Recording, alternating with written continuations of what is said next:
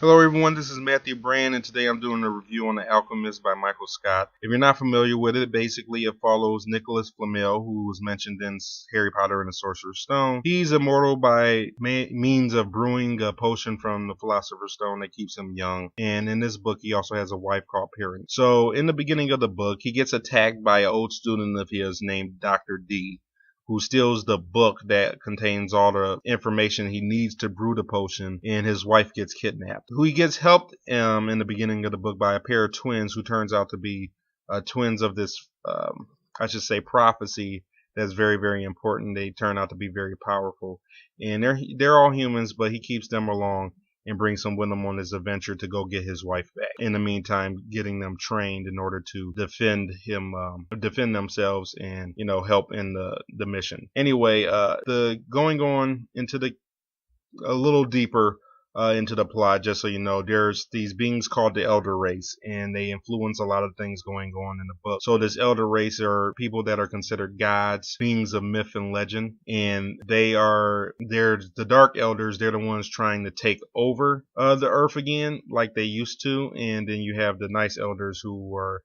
either neutral or trying to help the humans. They believe, evolution has pretty much the evolution of the world has pretty much made the elders not dead, but virtually obsolete. And some who accept this, and then others who are trying to regress the world so that, because they preferred it when they were in charge. So now that that's the plot, let's look at the characters. You have Nicholas Flamel. He's very old, he's very smart, but he's very poor at magic.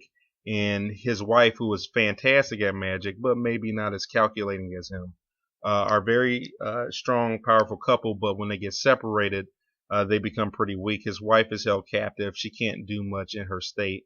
And Nicholas Flamel, he's poor at magic, so he has to go back and rescue his wife before they run out of they're aging too quickly. So without this potion, they're going to age and die within a month. Then the twins, the boy, he's headstrong, but he's not too bright. And then the sister, she's not very strong, but she is smarter than him. And then I don't want to really spoil anything, but you have this what they call a next generation elder, who are just basically, they're like elders.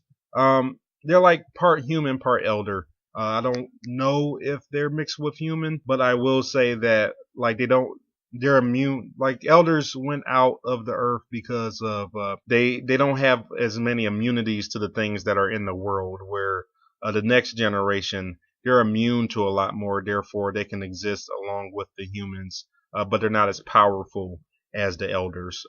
So you have a next generation elder who's not as powerful, but she's got amazing martial arts skills, and she accompanies them.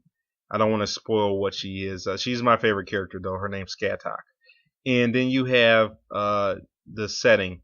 So it takes place in America. The areas it goes in is very mundane. I wouldn't even bother understanding why they move from place to place. Most of it really has no purpose, but I mean, it could have all taken place in the same city. The Shadow Realm, however, once you get to the Shadow Realm, everything's described beautifully, and it does make it worth the mundane parts. I really enjoyed I think it's this giant living tree they have, maybe called Isgramor or something like that. And it's just a very fantastic setting for the majority of the book where they are. Then you have what should I say?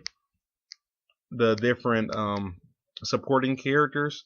They're very interesting. They have cool personalities for the most part. The villains I found very dull. I found the side smaller supporting characters, they really didn't have much of a personality, but the bigger supporting characters, they're very enjoyable. One even reminds me kind of Fran. I want to say the one Skatok's. I don't want to spoil anything, but you have they visit a relative of Skatok's, and the way they describe her reminds me of Fran. So anyway, this book, I'm going to give it a 9.5 out of 10. The only thing I really didn't like about it was that it had really low flush out on the characters. Other than that, 9.5 out of 10. Check it out as soon as you get a chance. It's by Michael Scott, and I hope you have a fantastic day.